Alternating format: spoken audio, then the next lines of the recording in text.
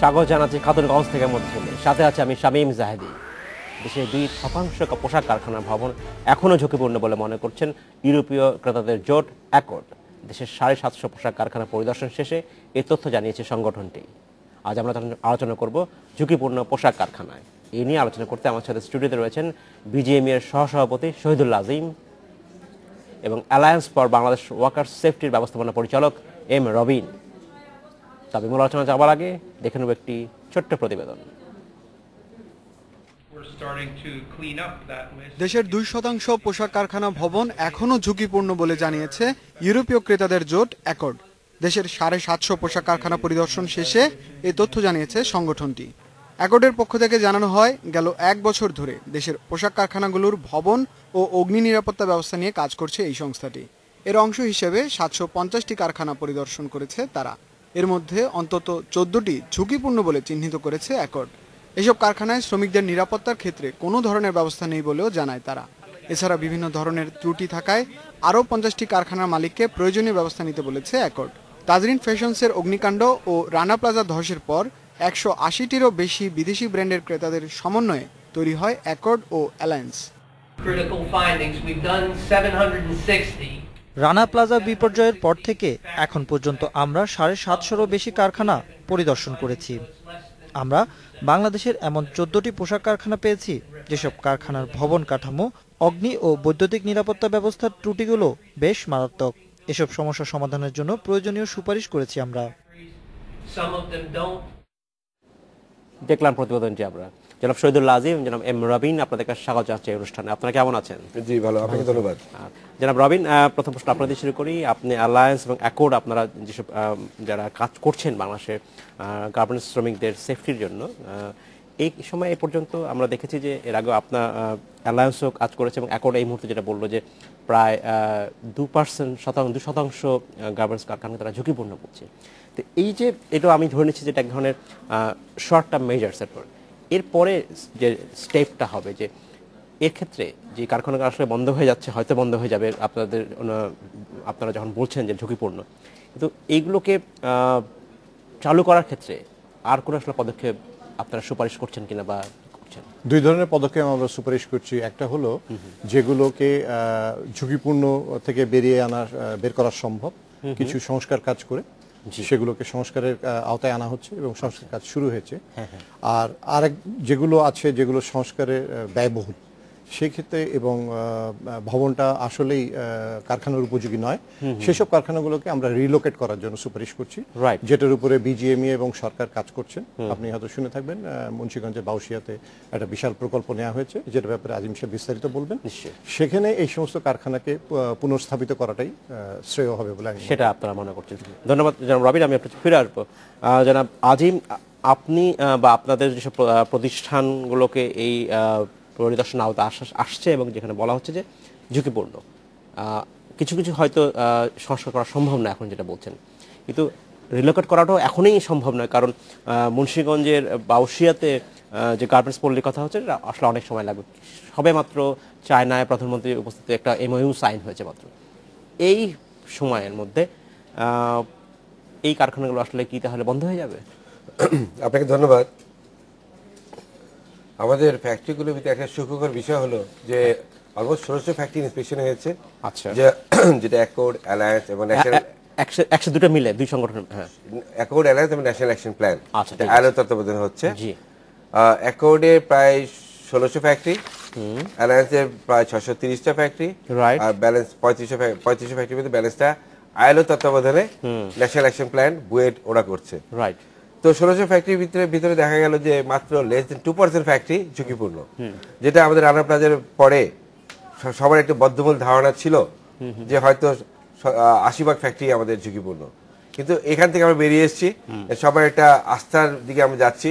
2% factory ঝুঁকিপূর্ণ plus minus 4-5% এটা হইতেই পারে, যে কোনো জায়গায় হতে পারে। তো এই হিসাবে ফ্যাক্টরিগুলো যেগুলো রিলোকেশন করা হবে, যেগুলি আপাতত সংস্কার করা যাবে না সেগুলোকে আমরা পুনর্বাসন করব। সেখানে আপনি যেটা বললেন যে এই মুহূর্তেই সম্ভব না, কিন্তু অনেকগুলো ফ্যাক্টরি ইতিমধ্যেই দেখা গেল যে মিরপুরে একটা ইউনিট ছিল, সেটা তার একটা বড় গাজীপুরে আছে, সে কিন্তু মিরপুর থেকে শিফট করে গাজীপুরে নিয়ে অলরেডি চলে গেছে। এরকম অনেকেই আবার পুনর্বাসন করছে। আর যেগুলো ফ্যাক্টরি একটা মাত্র ফ্যাক্টরি যেটা সংস্কার করা সম্ভব না, সেগুলো রিলোকেশন করতে হবে। সেই জন্য আমরা সরকারকে বলেছি এবং আমরা ইন মিন টাইম বাওসিয়ায় $1.2 বিলিয়ন একটা প্রজেক্ট নিয়েছি, যেখানে 250 কারখানা হবে। আমরা অগ্রাধিকার দেব যে এই ত্রুটিপূর্ণ ফ্যাক্টরিগুলো যেগুলো আছে, স্মল মাঝারি যে ফ্যাক্টরিগুলো, সেগুলিকে আমরা ফার্স্ট প্রায়োরিটি দিব সেখানে পুনর্বাসন করার জন্য। আচ্ছা, ধন্যবাদ জনাব রবিন। আরেকটা কমপ্লায়েন্স ইস্যু এসেছিল প্রায়, যে একসময় বলা হচ্ছিল যে শেয়ার্ড বিল্ডিংয়ে কোনো ফ্যাক্টরি থাকা যাবে না। এখনো কি ওই আপনারা কি এই জায়গাটা থেকে এখনো সরে আসছে, না এখনো ওই অবস্থা এখনো রয়েছে? এখানে দুই ধরনের আছে, একটা হলো শেয়ার্ড বিল্ডিং আর একটা হলো মিক্সড অকুপেন্সি। মিক্সড অকুপেন্সি হলো যে একটা ভবনে আপনার নিচের তলায় রেস্টুরেন্ট আছে, দোকান আছে, উপর তলায় ব্যাংক, বিমা এবং অন্যান্য ধরনের অফিস, এবং তারপরের উপরের তলাগুলোতে ফ্যাক্টরি আছে। এই মিক্সড অকুপেন্সি গুলো নিয়ে একটু সমস্যা, জটিলতা, যেহেতু দোকানপাট এরা এই সংস্কারের আওতায় আনা যাচ্ছে না। কিন্তু শেয়ার্ড বিল্ডিং মানে হলো বিল্ডিং একই ভবনে 2-3টা ফ্যাক্টরি অবস্থিত। সেই ফ্যাক্টরির বেলায় অর্ডার প্লেসের প্রশ্নে এবং কারখানা পরিচালনার প্রশ্নে আমাদের কোনো নিষেধাজ্ঞা নেই। এটা চালিয়ে যাওয়া, তাহলে এই জায়গাটা পরিষ্কার ভালো ছিল, চালিয়ে যাওয়া, হ্যাঁ, সেখানে কোনো আপত্তি নেই। আচ্ছা, জাহিদ ভাই এটা খুব ভালো প্রশ্ন করলেন যে শেয়ার বিল্ডিং নিয়ে আসলে আমার ঝামেলা আছে। অনেকগুলো ব্র্যান্ড বায়ার যারা আছে, তো শেয়ার বিল্ডিং এ অর্ডার দিচ্ছে না। এটা আমাদের জন্য ভালো মেসেজ না। কি জন্য? ফ্যাক্টরিগুলো আমরা সমস্ত সংস্কারই করব, কিন্তু রাতারাতি আমরা কোনো কিছু করতে পারবো না। এবং দে আর কমিটেড যে 2 বছরের আগে কোনো অর্ডার পুল আউট করবেন না। যদি এখন কোনো অর্ডার পুল আউট করে, তাহলে আমাদের যে ফ্যাক্টরিগুলো এমনি বাজে অবস্থা, আর মানে আমাদের অর্থনৈতিক বলেন এবং অর্ডার পুল আউট না করার ক্ষেত্রে কি অ্যালায়েন্স বা অ্যাকর্ড কোনো ভূমিকা রাখবে? আমাদের অ্যালায়েন্সের মেম্বার এগ্রিমেন্ট হলো যে আগামী 5 বছর কেউ কোনো অর্ডার কোথাও শিফট করতে পারবে না, যে যেখানে যেভাবে কাজ করছিল, শুধুমাত্র ঝুঁকিপূর্ণ ভবন ছাড়া। ঝুঁকিপূর্ণ ভবনে সেটা বলাই হচ্ছে, আন্ডারস্টুড, যেটা বলা হচ্ছে যে যেটা আসলে বন্ধ করার সুপারিশ করা হয়েছে। এখন যারা আজিম, এটা হচ্ছে এক ধরনের সলিউশন, আমি যদি বলি শর্ট টার্ম সলিউশন বা মিড টার্ম সলিউশন, যেটাই বলেন। তো লং টার্মের যে সলিউশন, সেই সলিউশনটা আসলে আমাদের দেশের গার্মেন্টস যারা উদ্যোক্তা তাদেরকে নিতে হবে। আমি ধরে নিচ্ছি যে এই যে ভবনগুলো হয়েছিল একটা সময় হ্যাফাজাটলি হয়েছিল, অপরিকল্পিত হয়েছিল। এখন যেসব নতুন কারখানা হবে বা নতুন যারা এন্টারপ্রেনার যারা কাজ শুরু করবেন, কারখানা করবেন, তাদের আসলে লং টার্মে কি করতে হবে? আপনাকে ধন্যবাদ। ব্যাপারটা হলো কি, আমাদের ফ্যাক্টরি যে মাইন্ড সেট আপটা চেঞ্জ হয়ে গেছে। আগে কমপ্লেন বলতে আমরা বুঝতাম এটা বায়ারের রিকোয়ারমেন্ট, এখন বুঝি না, ফ্যাক্টরি করার পূর্ব শর্ত হচ্ছে নিরাপদ, শ্রমিকদের নিরাপদ, কর্মস্থলের নিরাপত্তা। তো এই মাইন্ডসেটটা আমাদের চেঞ্জ হয়েছে। আমরা কিন্তু আমাদের কোনো একাডেমিক কোয়ালিফিকেশন নেই, এখানে আসে নাই, সবাই আমরা দেখে শিখি, ঠেকে শিখি। তো এই হিসাবে আমাদের মাইন্ডসেট চেঞ্জ হয়েছে, এটা খুব একটা ভালো ইতিবাচক দিক। এবং সবাই জানে যে আমরা অনেকেই নতুন নতুন ফ্যাক্টরি আসছে, অনেক ভালো ভালো ফ্যাক্টরি আসছে, প্ল্যাটিনাম ফ্যাক্টরি আসছে, ওয়ার্ল্ড ক্লাস ফ্যাক্টরিগুলো আবার আসছে। তো কিছু ফ্যাক্টরি বসে যাবে, কিছু আবার নতুন হবে। হ্যাঁ, আমরা এ ব্যাপারে আশান্বিত যে আমাদের সেক্টরে খুব একটা প্রবলেম হবে না। 2-3% plus minus all over the world যে কোনো ক্ষেত্রেই হতে পারে। বিজিএমএ নিশ্চয়ই কোনো রেগুলেটরি বডি না, কিন্তু এক ধরনের দায়িত্ব বিজিএমএ থাকে। সেক্ষেত্রে যেমন একটা ফ্যাক্টরি তৈরি করতে হলে, শুরু করতে হলে যেহেতু পরিবেশ সার্টিফিকেট লাগে, পরিবেশ দপ্তরের সার্টিফিকেট লাগে, কিন্তু পাশাপাশি যে কমপ্লায়েন্স ইস্যুগুলো, সেই বিষয়ে কি আপনারা আসলে আপনাদের যারা ফেলো এন্টারপ্রেনার তাদের আসলে সাহায্য করবেন? এই ব্যাপারে আপনাকে আমি একটা ইনফরমেশন দিতে চাই।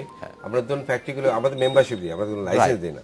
মেম্বারশিপ দিতে হলে সরকারের প্রায় 20টা বিভিন্ন দপ্তর থেকে ওদের ক্লিয়ারেন্স আনতে হয়, যেমন বিওআই, পরিবেশ, ফায়ার, ওখানে নিয়ে আসতে হয়। আমরা কিন্তু এই সময় কমপ্লেন্ট ইস্যুতে একেবারে জিরো টলারেন্স। আমরা এখন স্ট্রাকচারে কোনো বিল্ডিং যদি আমাদের মনিটরে যায়, আমাদের ইঞ্জিনিয়ার, আমাদের বিজিবিতে ইঞ্জিনিয়ার যারা আছে, সিভিল ইঞ্জিনিয়ার, ওনারা গিয়ে রিপোর্ট করেন, দেখেন যে ফ্যাক্টরি উপযুক্ত কিনা, চলবে কিনা।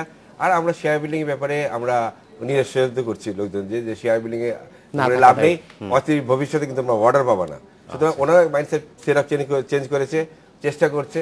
ব্যাপারটা হলো কি, রাতারাতি একটা ফ্যাক্টরি রিলোকেট করতে হলে সরকারকে একটা ভালো ভূমিকা নিতে হবে।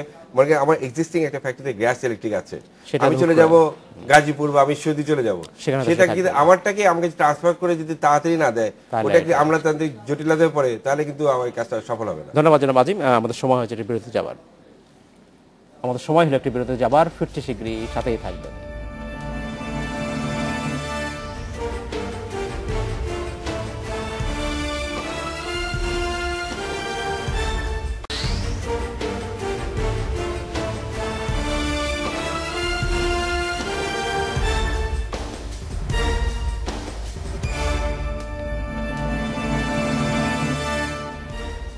স্বাগত আরেকবার খাতুনগঞ্জ থেকে মতিঝিলে। আজ আমরা আলোচনা করছি ঝুঁকিপূর্ণ পোশাক কারখানা নিয়ে।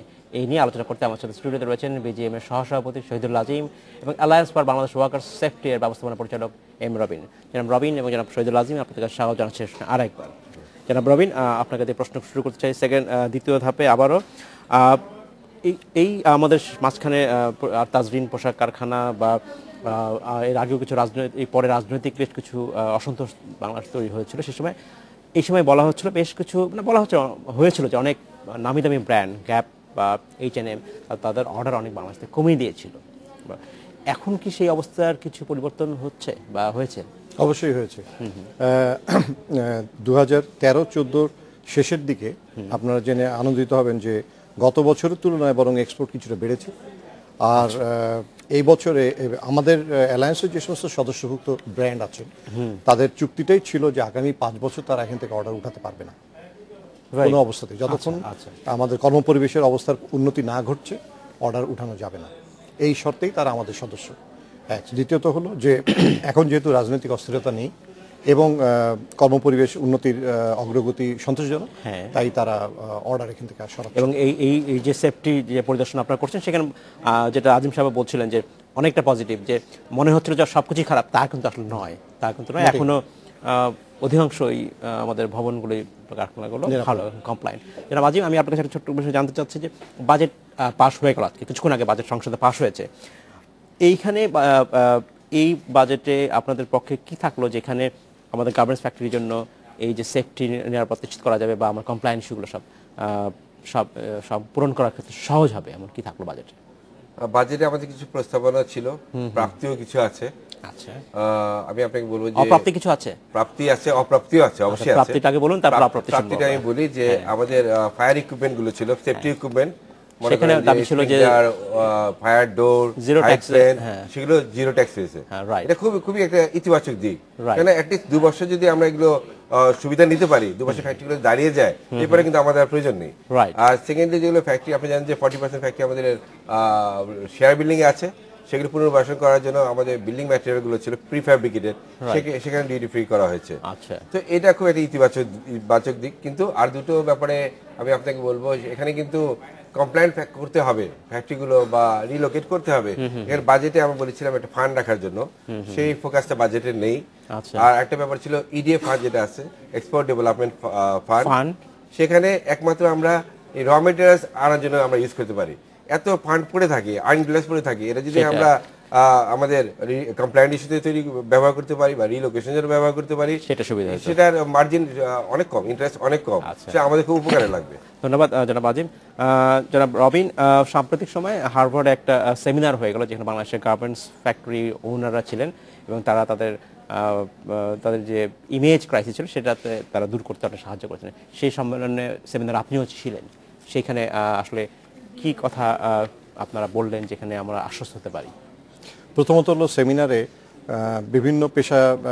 বিভিন্ন পেশার প্রতিনিধিরা যোগ দিয়েছিলেন। সেখানে কংগ্রেসম্যানরা ছিলেন, ব্যবসায়ী প্রতিনিধিরা ছিলেন, ইউএস লেবার ডিপার্টমেন্টের প্রতিনিধিরা ছিলেন, একাডেমিশিয়ানরা ছিলেন, হার্ভার্ড ইউনিভার্সিটির বিভিন্ন প্রফেসররা ছিলেন, আমাদের দেশের থেকে বিজনেস ডেলিগেশন গিয়েছিলেন। এবং ওখানে মূল প্রতিপাদ্যটা ছিল যে বাংলাদেশ পোশাক শিল্পের অতীত, বর্তমান এবং ভবিষ্যৎ।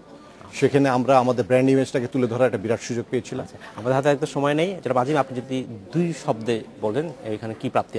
সেখানে আমরা ইনফ্যাক্ট আমাদের দেশের প্রশ্নবিদ্ধ ভাবমূর্তিকে পুনরুদ্ধারের জন্য আমাদের ওখানে একটা বিরাট একটা চ্যালেঞ্জ ছিল, সেটা আমরা চেষ্টা করেছি, বোঝাতে সফল হয়েছি আমরা যে দেখো আমাদের তোমরা যা ভেবেছিলে কিন্তু তা না, আমাদের প্রায় লেস দেন 2% ফ্যাক্টরি ঝুঁকিতে আছে, যেটা আমরা সংস্কার করছি। সুতরাং এখানে আমরা খুব আশাবাদী যে আমাদের ইন্সপেকশনগুলো শেষ হয়ে গেলে অনেক অর্ডার বাড়বে, তখন আমরা এই সমাধান করতে আমরা পারবো। এগিয়ে যেতে পারবো। জনাব আজিম আপনাকে অসংখ্য ধন্যবাদ, জনাব রবিন আপনাকে অসংখ্য ধন্যবাদ। সময় স্বল্পতার জন্য আমাদের একটু আগেই শেষ করতে হলো, আপনাকে অসংখ্য ধন্যবাদ। এই ছিল আজকের মতো খাতুনগঞ্জ থেকে মোট, আমাদের সাথেই থাকবেন, দেখা হবে আবারও।